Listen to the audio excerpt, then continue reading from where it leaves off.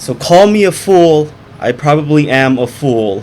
I'm aware of how stupid this purchase is. In 2026, with the current price tag, I know. Before you dislike and comment, I know. And that's why I'm making this video. I bought this. I bought this during the time where you should not definitely not get it because of the markup. This console, the PS5 Pro, came out a few years ago at around $700. I bought it, including tax, for about $1,000, which is ridiculous. But I'm gonna explain why. The PS5 came out in 2020, and I held off thinking the price will go down and eventually I would get a PS5 when it would be discounted, sort of mid to end life cycle of a PlayStation 5, which is typically like 7 or 10 years, and I would have more games to play because by the time my thought process at the time of the release of the PS5 was, if I wait 4 to 5 years, there'll be more games, they'll be discounted. But we all know we live in strange times. The past 6 or so years have been, or 6 years have been weird. You know, it broke all the rules of everything in terms of life, the market, everything. Video game consoles went up in price. The PS5 Pro skyrocketed in price because of the shortage of RAM from AI and all this stuff. You know the deal. If you're into games, you know the deal. The price of electronics, especially computers, is going up because of artificial intelligence and the data centers, blah, blah, blah. I'm not going to get too into it. What I did want to talk about was I bought a PS5 more so as sort of an accomplishment. Honestly, if you look back at my channel, you'll see several videos. Like, I started posting guitar stuff, but before that, I posted a lot of career stuff, a lot of venting out about the job market, about being laid off, about contracting, and just walking through my day-to-day, week-to-week struggles with the current job market, because during the last 4 years, it was super rocky.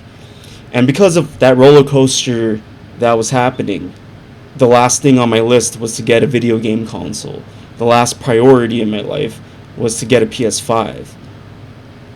You know, I was 24 in 2020. So when the PS5 came out, being a 24-year-old, I was like, oh man, you know, it would be cool if I could, play some PS5 with my friends, or, play all these new games. I'm 24. I'm still, figuring out my career, but I have some spare time. Now that I'm 30, I have a full-time job. There's not much time to play any video games. But within the last year or so, life has been improving. My job has been more stable, and things sort of settled down. And as I'm getting older, it seems like you figure things out differently and things play out differently. And after reflecting, I realized that it was time to make this purchase because for once in a really, really long time, I had the ability to comfortably afford a PS5 Pro. And I thought about it. I was even hesitant, trying to not justify this purchase. But it's been 6 years since I've waited to get a PS5. And I finally pulled the trigger. As you can see, it's back there. It's playing some Gran Turismo 7, some scenic landscapes on my 4K TV. It looks really nice. I am beyond happy. But I'm mostly happy because the PS5 just seems symbolic. I feel like I had to get it because it represented the struggle of not being able to get one for literally 6 years, holding off because I thought There were other priorities. I need to fix my oil change for my car. I need to buy clothes for work. I'd rather go travel and do some life experiences, rather than just buy a video game console and sit at home. This purchase is 100% a luxury.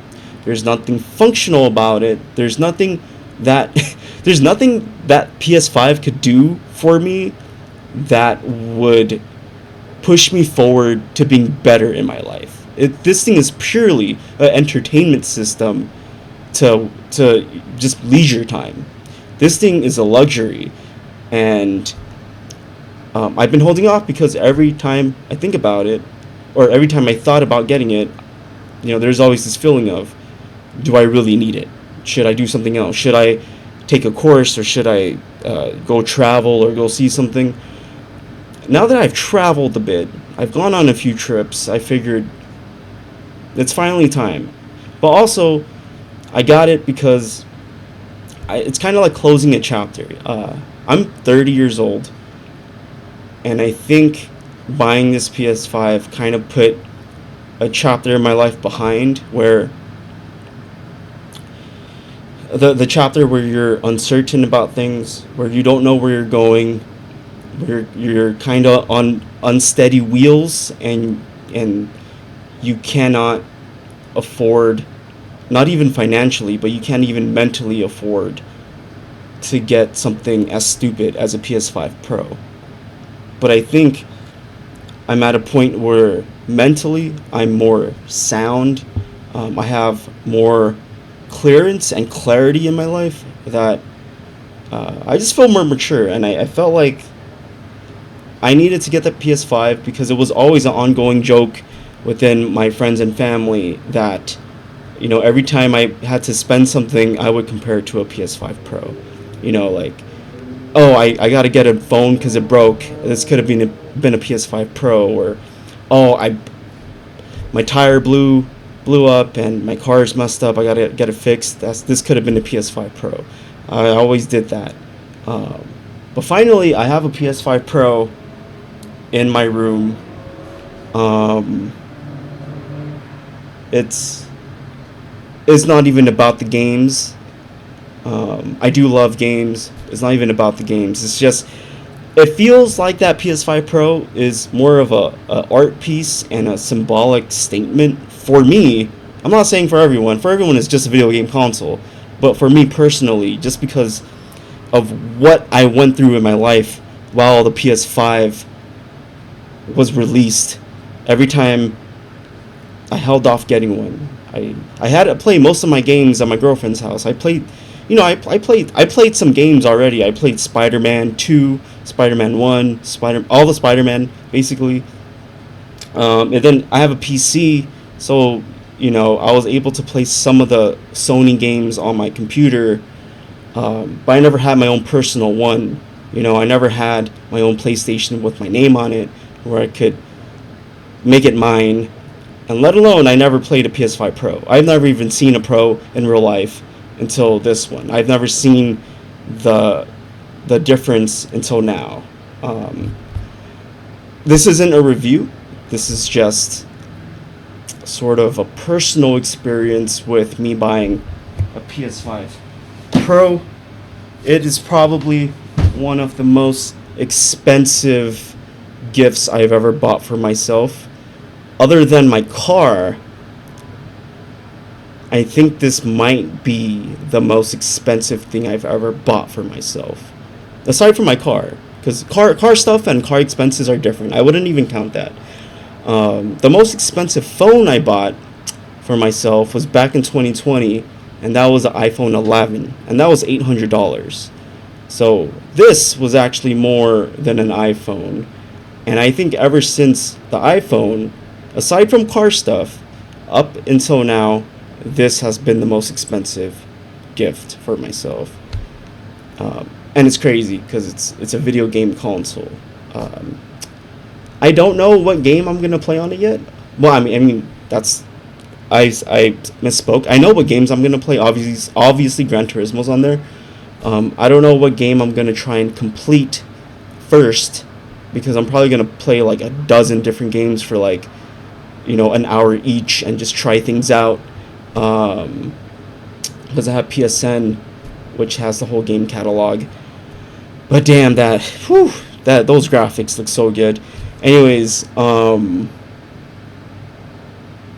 you know how they say delayed gratification is worth it? In this case, financially it wasn't, because the price increased over time. So the concept of delayed gratification financially did not work out here. But I think mentally, and the feeling I got when I finally bought this thing and booted it up, and now that's been a few days, I actually feel better about it. It's settled in and I could actually enjoy it.